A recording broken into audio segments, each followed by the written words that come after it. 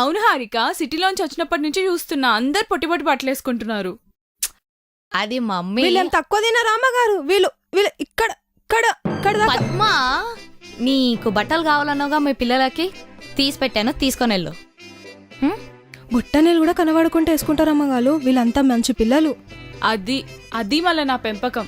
అవునవును, మీ పెంపకం నాకు తెలియదా. అవును పద్మ, చెప్పడం ఒక విషయం మర్చిపోయాను. నెక్స్ట్ వీక్ మా హారిక పెళ్లి చూపులు పెట్టుకున్నాం. దగ్గరుండి అన్ని నువ్వే చూసుకో. అయినా రెగ్యులర్ గా కూడా వస్తూ ఉండు. అదేంటమ్మా కొత్త పెళ్లి చూపులు అంటారు? మన హారికమ్మ మన జోన్స్ బాబు గురించి మీకు తెలీదా? కొత్త పెళ్లి చూపులేంటి? వాళ్ళు ఎన్ని రోజుల నుంచి ప్రేమించుకుంటున్నారు. ఏంటమ్మా మీరేం చెప్పారేంటి? జోన్స్ బాబుకి అన్యాయం చేస్తారా? మమ్మీ జోన్స్ ఎవరు హారిక?